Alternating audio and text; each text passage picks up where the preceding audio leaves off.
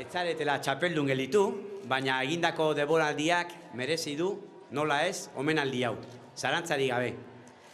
Denboraldia bikaina. Es verdad, no habéis ganado la Liga, pero estáis en la Champions.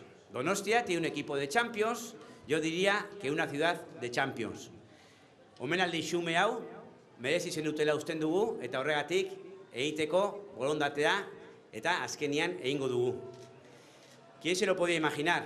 Al principio de la temporada, algunos hablaban de objetivos mucho más modestos. Muchos donostiarras soñaban con tener una temporada sin grandes aprietos y poco más. Hay que decir que otros, después de visto todo el mundo listo, pues pensábamos que algo más también se podía hacer. Baina zene ezu esatea, espero ez dienean gauzak, notizio onak, askoz hobeak bihurtzen dira. Ta hori gertatu da zuekin. Ilusioa handiagoa da horrelakoetan.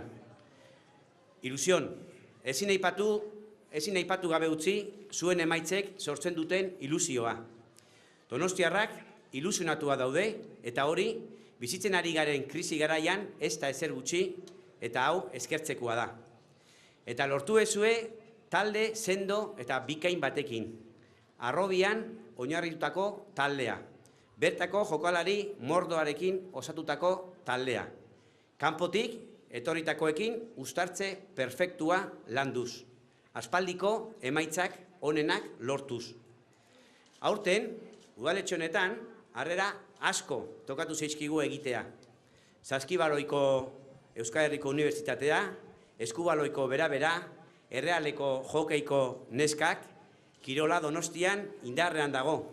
Eta gu, oso gustora, oraingoan zuei harrera egitearekin. Han pasado por este ayuntamiento este año equipos femeninos donostiarras de disciplinas como el baloncesto, el balonmano o el hockey de gran nivel. Equipos que se convierten en embajadores de nuestra ciudad allí donde juegan. Y vosotros, la Real, sois embajadores, sois referencia en todo el Estado y ahora también en toda Europa.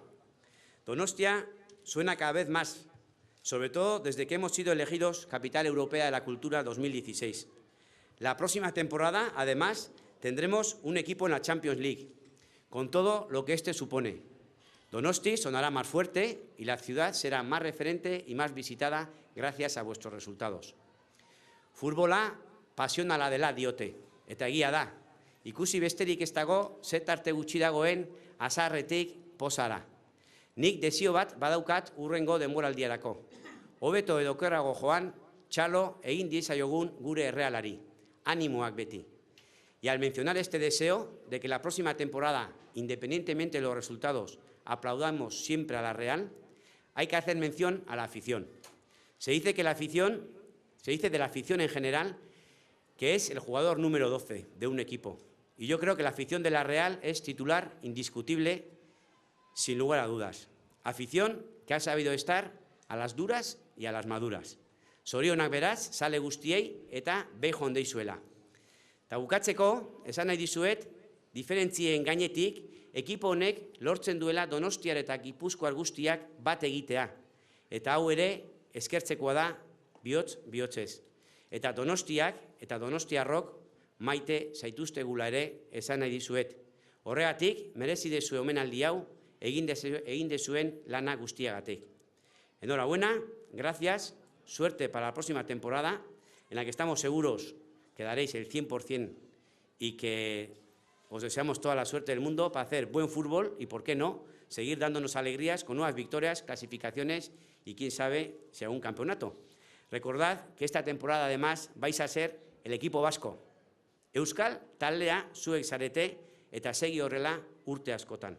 Donostiar guztien partez, zorionak eta eskerrik asko.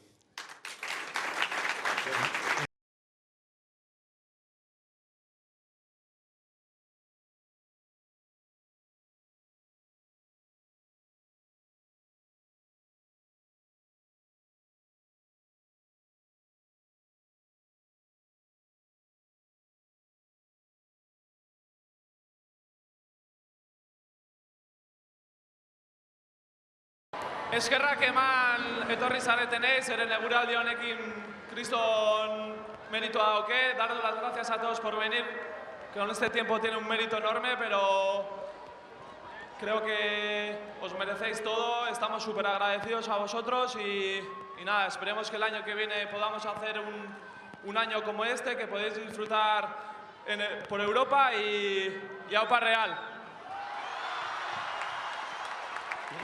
Bueno, eskerri asko danoi, omenalditxo egiteagatik, eta bueno, nik uste aurtengoakin oso gusta daudela, baina espero deu urren urtetan etorri berri izatea honea beste olako zozio ospatzea.